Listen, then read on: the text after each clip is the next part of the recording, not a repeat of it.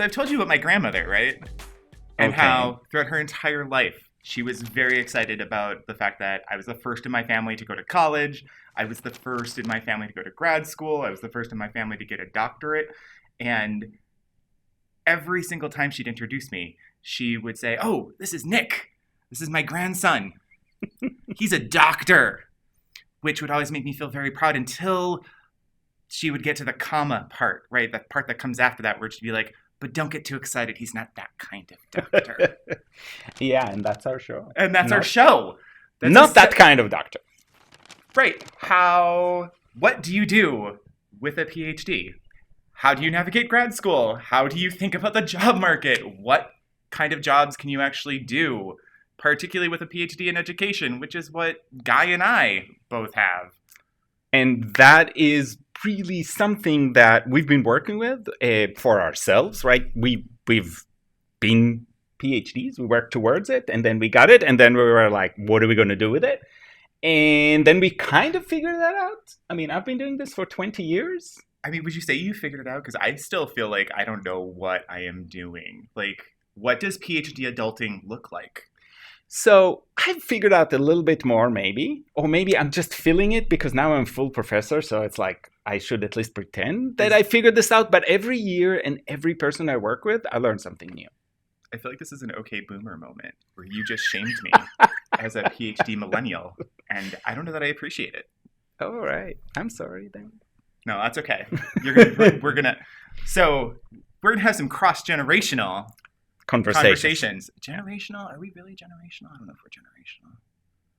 But we can cross. We can cross. And we have students and people that we've worked with that have graduated and got jobs in and outside of academia, because we're not just going to talk about what happens if you want a job in a research institution or even in a teacher education institution. We're going to talk about what are the other options out there, and there are other options out there. There's tons of other options, and some of which I still don't know of, right? Because when you get a PhD, like, you're essentially replicated to be exactly who your advisor was, right?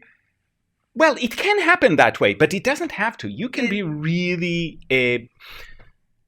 goal-oriented and think about the options, and I think about it as opening as many doors as possible. So when you graduate, you have some options, and you don't have, my whole life I wanted to become a professor, and this is not going to happen. And there are lots of reasons when that doesn't happen. Really? Your whole life you wanted to be a professor? No, actually, I never thought about it. I really have never thought about it. My family, both my parents are veterinarians, and my dad was a researcher, and I've never thought about it. This happened when I got into graduate school in the United States, into my master's, and my first conversation with my advisor was, "You're going to stay for your PhD." And I'm like, "I'm here for 1 year to get a master's. This is all I'm doing." So I have the right credential to do the work that I was doing. I was working with students, especially college students with learning disabilities. And somebody gave me the advice, actually, Malka Margaret from Tel Aviv University, one time at a meeting. She said, "Who are you, and who are you to talk to me about that?" And I said, "Well, I'm a teacher, and here's the things that I've done." And she's like, "That's fantastic. You never want to have that conversation about who you are with every person you meet. And that's why you need a graduate degree." But at the time, I thought, I need a master's. So I came for a 1-year master program at University of California, Riverside. And I got recruited in my first meeting with my advisor. It's like, "No, we're going to make you stay, and you're going to get your PhD." I'm like, okay. This explains so much about you now, though. As I'm thinking about you with master students who are like, "You should get your PhD." See, replication! Somewhat replication, but also I've had so many conversations about this that I always say, no, you don't have to be me. Maybe you don't want to be me, but you don't have to be me. There are so many other careers and options out there that you want to consider. And so that's why we're doing this, is because we want to talk about all the options. And also, again, think about myself. I'm on the border of being a boomer. I'm not quite a boomer, but I'm not quite anything else either. I hope that... Sorry. I hope you don't feel like No, I'm no, insulting you. no, in no way. By the way, I will take it on, but I'm very aware. I think you are more than me, but I think I'm very aware of the fact that we're not sure where universities are going, what teacher education is going, and also where tenure and that whole system is going, because there are states that are moving away from that, at least for the public institutions. There are other places where things are happening. So it's a really interesting look to how do you think about what you were talking about with med school early on, is how do you hedge your bets and have some options so you're not stuck into this idea of one career. I had a student years ago who walked into my office and said, I want you to be my advisor. I'm like, this is great. She was my first advisee. This is fantastic. And she says, and I know what I want to do. I want to get this job at this university 5 years from now. And that's when I had to stop and say, this is a fantastic plan, but this is not really a life plan, because you are narrowing this to something that is so specific. I don't know if it's going to happen for you. I mean, I wish it would happen for you because that's your dream, but it may not. And she's actually finished, and through life events and other things, that has not happened for her. But she's done many other interesting things, and she'd had a career that I think she's very happy about, that she was very satisfied as a leader in a number of places doing different things. So these can happen and can help, and it's a great way to think about a second wave or even a third wave in your career, because many of our doctoral students are have taught for a while, are doing this as an opening to what comes next in their career. And beyond that, there's also the question of like, how do you manage your PhD program, particularly as a grad student, right? And I think we have slightly different but complementary ways to think about how we support students and things that we want our students to be doing. I'm a little bit more spreadsheet based, I would say. Yes, you are. Which is great. I think that really provides a strategy. I mean, and it's planful. I think as a first generation college student who, has kind of beaten the social science odds and actually am doing better than as an elder millennial. See, that sounds even worse than boomer. Elder millennial.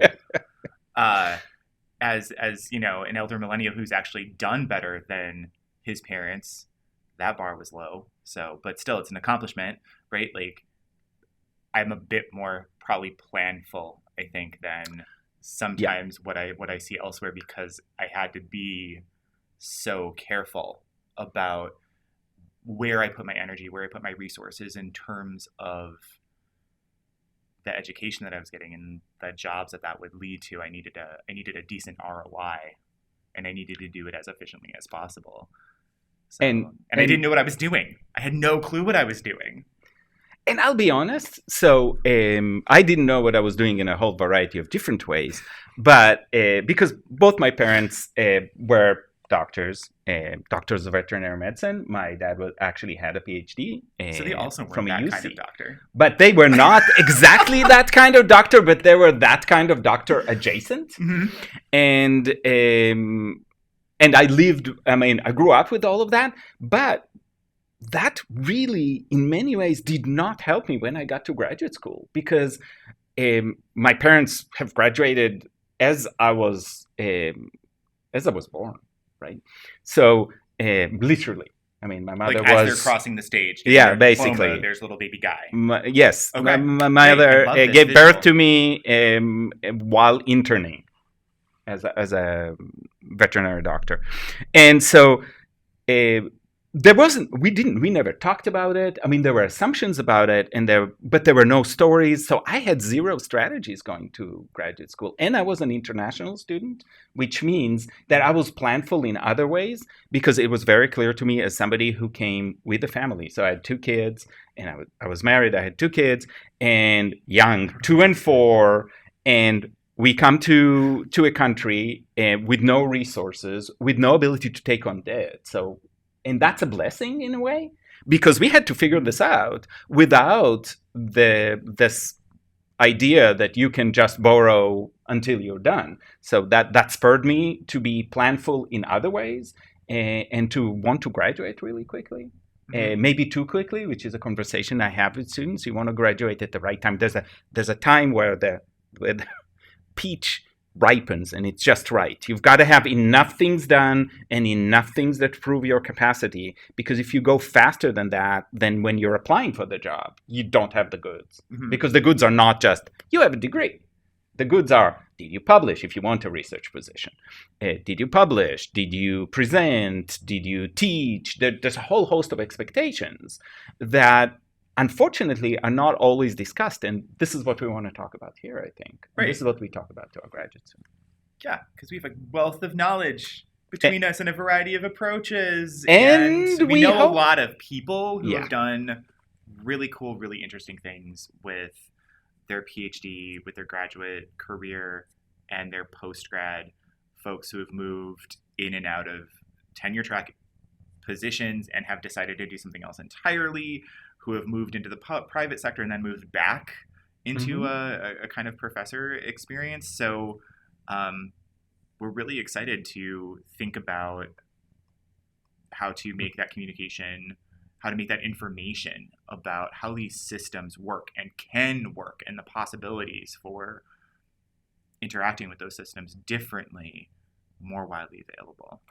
So stick with us and we'll talk about how you become and what do you do once you are not that kind of doctor. Listen to the middle-aged white men.